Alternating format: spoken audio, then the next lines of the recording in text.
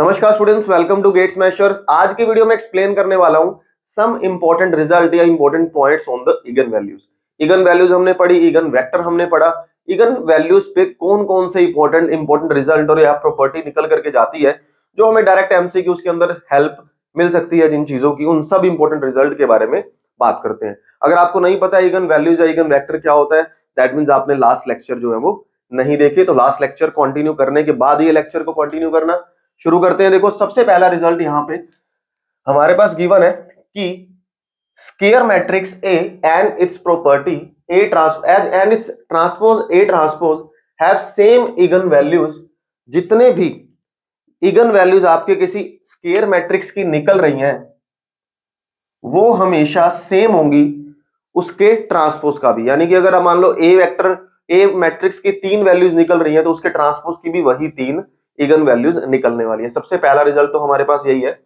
दूसरा रिजल्ट कहता है कि स्केयर मैट्रिक्स, दूसरा रिजल्ट हमारे पास क्या है, square matrix A and B inverse A. अगर हम ए मैट्रिक्स का की इगन वैल्यूज निकाल दें और बी इनवर्स ए बी की इगन वैल्यूज निकाल दें, answer will remain same, same answer आने वाला है। ठीक है, तो इस मैट्रिक्स का निकालो या इस मैट्रिक्स का निकालो। देखो, मैं ये प्रॉपर्टीज बता क्यों रहा हूं, अगर आपको इसकी इगन वैल्यूज गिवन है, आपसे एमसीक्यूज में डिमांड कर रहा है इसकी, तो आपको सोचने की तो जरूरत ही नहीं पड़नी चाहिए ना। या इन शॉर्ट आपसे एमसीक्यूज के अंदर डिमांड कर रहा है, बताओ कि इसकी इगन वैल्यूज मेरे पास क्या निकल करके आने वाली हैं, कुछ भी लगा दो आगे, ए इनवर्स लगा दो। हमें पता है ये आइडेंटिटी होता है और आइडेंटिटी इनटू समथिंग आइडेंटिटी होता है, identity into some matrix matrix itself होता है। तो इस चीज से हमें आइडिया लग सकता है। ठीक है ना। अब ये बी किसी भी मैट्रिक्स को रिप्रेजेंट कर रहा है, यानी कि सी भी हो सकता है, डी भी हो सकता है, this can be any matrix. Third important result है, वो कहता है कि अगर आपका जो डिटर्मिनेंट है वो इक्वल टू 0 नहीं है, इन शॉर्ट अगर नॉन सिंगुलर मैट्रिक्स है, then the eigen values of A inverse, तो जो इगन वैल्यूज होंगी ना ए इनवर्स की, are reciprocal of the eigen values of A. इस रिजल्ट को ध्यान दोगे, इस रिजल्ट की तरफ ध्यान दोगे।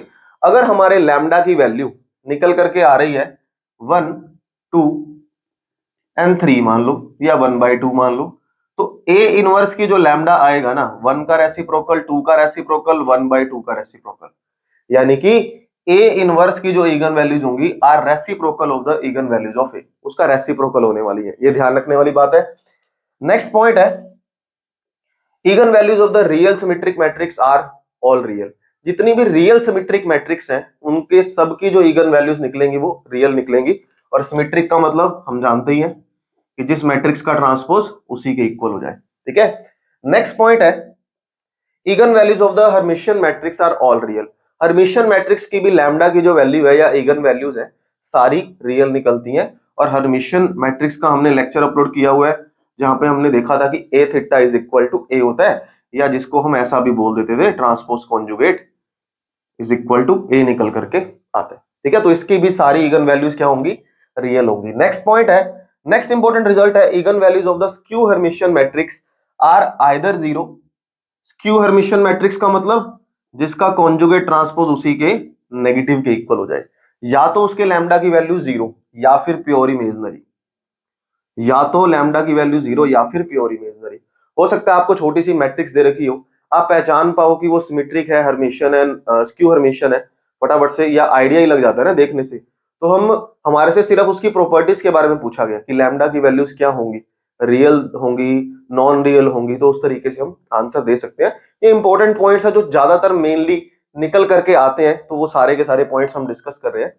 नेक्स्ट पॉइंट है, इगन वैल्यूज और प्योर इमेजनरी का मतलब यहां पे क्या हो गया कि यहां पे रियल नंबर की कोई एंट्री नहीं होगी, है ना। जैसे इस तरीके से आंसर होगा, रियल आएगा ही नहीं। Eigen values of the unitary matrix are unit modulus. Unitary matrix का मतलब क्या था, यूनिटरी मैट्रिक्स एक ऐसी मैट्रिक्स है जिसका कॉन्जुगेट ट्रांसपोज और उस मैट्रिक्स को मल्टीप्लाई करने से आंसर आने वाला, that particular matrix is unitary. वो कहता है यूनिटरी मैट्रिक्स की जो इगन वैल्यूज होंगी वो यूनिट मॉडुलस होगा, यानी कि 1 और उसका मॉडुलस। ठीक है, eigen values of diagonal matrix are diagonal elements of the matrix. ये पॉइंट रिजल्ट ध्यान रखने वाला है। ये रिजल्ट क्या कहता है, डायगोनल मैट्रिक्स के जितने भी लैम्डा की वैल्यूज निकलेंगी या इगन वैल्यूज निकलेंगी वो खुद डायगोनल एलिमेंट्स होंगे और कुछ भी नहीं। ये अच्छा रिजल्ट है, ये ध्यान रखना, क्योंकि एज ए एमसीक्यू में आ सकता है। Eigen values of the triangular matrix are diagonal matrix, diagonal elements. अगर आपके पास कोई ट्रायंगुलर मैट्रिक्स है, ट्रायंगुलर में हमने दो पढ़े थे ना, अपर ट्रायंगुलर और लोअर ट्रायंगुलर। मान लो मैं अपर ट्रायंगुलर बना रहा हूं, तो अपर ट्रायंगुलर का मतलब है ऊपर वाले एलिमेंट नॉन जीरो, बाकी सब नीचे वाले एलिमेंट जीरो, ऊपर ट्रायंगल बनता है। तो जो भी ट्रायंगुलर एलिमेंट ट्रायंगुलर मैट्रिक्स होगी, चाहे वो अपर हो चाहे लोअर हो, उसकी जो लैम्डा की वैल्यूज है वो खुद डायगोनल एलिमेंट्स निकल करके आएंगे। नेक्स्ट और सबसे इंपॉर्टेंट पॉइंट जो आपने ध्यान रखना है, if alpha is the eigen values of any matrix A, अगर अल्फा यानी कि कोई भी वैल्यू आपके किसी मैट्रिक्स की इगन वैल्यू है, तो उसके एडजॉइंट की जो इगन वैल्यू होगी वो क्या होगी, डिटर्मिनेंट बाय अल्फा। यानी कि अगर अपने पास कोई मैट्रिक्स दे रखी होगी और हमें कहे उसके एडजॉइंट की इगन वैल्यू निकालो, मान लो इस तरीके से मैट्रिक्स हमें दे रखी है, आप क्या करोगे, इसकी अगर इगन वैल्यूज मान लो फॉर एग्जांपल 2 है या 3 है, तो एडजॉइंट की इगन वैल्यू क्या निकल करके आएगी, डिटर्मिनेंट बाय अल्फा। डिटर्मिनेंट कितना आ रहा है, 10 माइनस 12 माइनस का 2, तो डिटर्मिनेंट बाय 2, डिटर्मिनेंट बाय 2, हमेशा यही आंसर निकल करके आएगा। तो ये वो इंपॉर्टेंट रिजल्ट थे जिसका हमें एक तरह से कह सकते हो जिसकी हमें नॉलेज होनी चाहिए। जो सारे पॉइंट्स या रिजल्ट निकल करके आते थे इगन वैल्यूज से, वो सारे मैंने आपके सामने शेयर किए।